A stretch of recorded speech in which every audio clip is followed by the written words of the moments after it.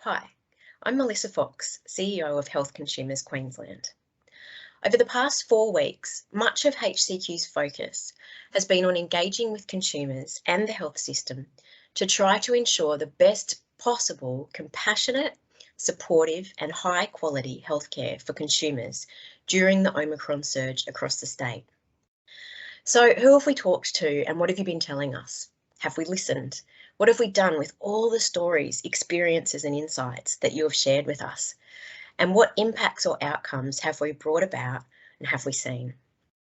During this short video, I'll answer all these questions and more. So how have we listened? After our network had a well, it was clear that we needed to hear from a diverse range of consumers on an almost daily basis to understand how the surge was affecting communities, individuals and healthcare services.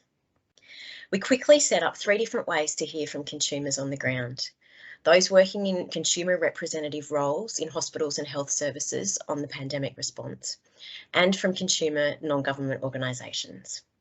We stood up the following groups. We had over 100 instances of attendances at 6 online coffee and connect sessions at these relaxed and informal opportunities for you to share your powerful and sometimes distressing stories of what's been happening for you, your loved ones, and the people you care for, as well as the ideas and recommendations.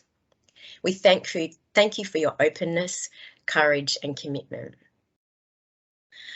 25 of you across the last month have filled in our online form about your experiences and views during this current surge. And we've included all of that information that we've heard into a range of different mechanisms to escalate your concerns. Beyond users of the health system, we've also set up a unique forum that we call the C4 Forum. This forum is for key stakeholders outside of the public health system, including consumer representatives, consumer organisations, community representation organisations, and clinical groups, professional associations, including representatives from GP peaks, pharmacy peaks, and nursing and midwifery peaks. We've been able to seek consensus on the burning issues that are keeping us awake at night, particularly for vulnerable people across Queensland. And we've been able to identify gaps and solutions that our organisations can be a part of and escalate them right across the health system and right across government. We've also pulled together an opportunity for consumers who are sitting on the incident management teams at different hospital and health services, a chance for them to share how they're having an impact in their roles and share issues that sit right across Queensland. And of course, we've also heard from a range of different stakeholders and consumers via email, phone calls, Facebook comments, Facebook groups and more. So thank you for your commitment to sharing what's been important to you. And so what have we done with that? We've amplified your voice in a number of different ways.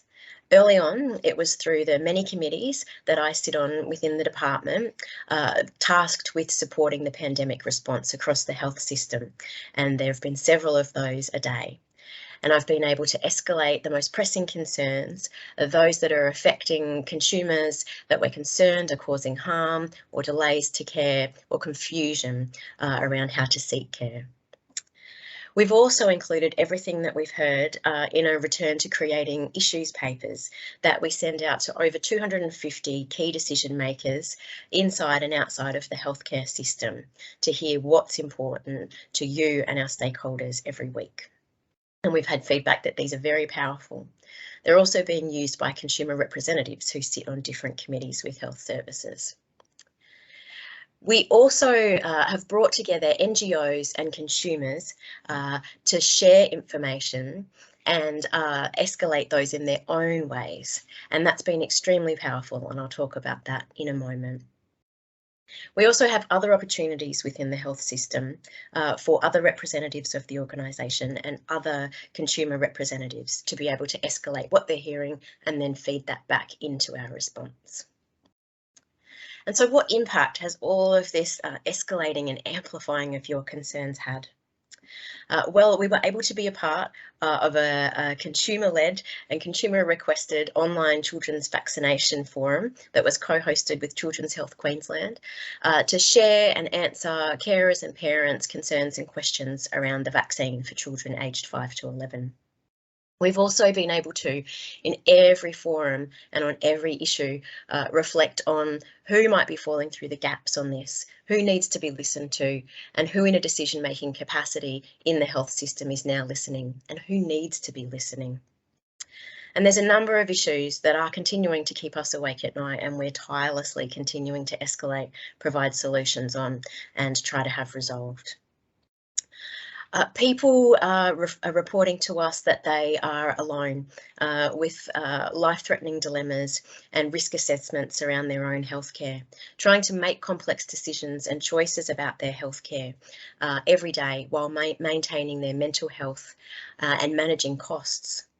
Some of these include getting food and medications while isolating, being unable to receive disability support care due to a lack of personal protective equipment, shortages of nutritional formula so that people can be fed by tube, and inaccessibility and cost of rats, choosing between buying rats and affording support workers in the home. We continue to hear and escalate concerns about a sense from those who are at risk that their wellbeing isn't being prioritised and protected in a coordinated and adequately resourced way. And this includes people with disabilities, older people living at home and in small residential facilities and residential aged care facilities, as well as those who I just mentioned experiencing a distressing lack of access to enteral nutrition products and supplies. We have been able to escalate these concerns and the solutions to both the Commonwealth Government and the State Government, backed up by a letter from Queenslanders with Disability Network and Health Consumers Queensland, which is endorsed by almost 20 other organisations, calling for a resourced and coordinated response to the needs of our most vulnerable people, including those with a disability. And we will not rest until we ensure that that coordination and resourcing occurs. We've been tirelessly continuing to share gaps and suggestions for access to testing, vaccination, COVID models of care and messaging about COVID care. And we do continue to be concerned that consumers and GPs still don't have clarity about COVID models, knowing how to access care for COVID, what symptoms people need to keep an eye out for, and how to escalate. And time and again, you have asked and we have escalated that you've asked for better designed communications which offer tailored advice and directly target particularly people with vulnerabilities, people at risk being aware of what their vulnerabilities are and what to do if they become positive, including who gets antiviral medications and how. And last week, we were delighted to be able to co-host 2 workshops with Queensland Health targeted at the communication and support needs of our most vulnerable Queenslanders and those most at risk of COVID. And we look forward to working with the department and those groups to ensure that a broad messaging can be tailored for their members and populations. And whilst the public dialogue is shifting to people getting on with life, it is crucial that we remember how many people still remain concerned and are choosing to remain isolated to protect their health, and how we protect their mental and physical well-being and social inclusion during these times. And many consumers are now having issues accessing regular ongoing healthcare and screening. People have had their care delayed and have been bumped off waiting lists for elective surgery, and they have questions about what those delays mean for their future health. They've been experiencing risks and difficulties of access to regular ongoing healthcare and screening. And so our key message to the health system has been the need to have transparency around those delays, clarity of messaging out to consumers and to their GPs around waits, future likely waits, and what they can do to be able to get care and stay well during that time of waiting. That can include the proliferation of some innovative models for outpatient care and provision of advice from specialists to GPs, which would mean that consumers don't have to wait for an outpatient appointment to receive the care that they need. And also the use of telehealth as appropriate to help ensure that people get the care that they need. So we remain committed to walking alongside you, continuing to listen through a range of mechanisms that meet your needs, and escalating everything that matters to you around getting the right care in the right time at the right place, whether that be COVID care or whether that be non-COVID care.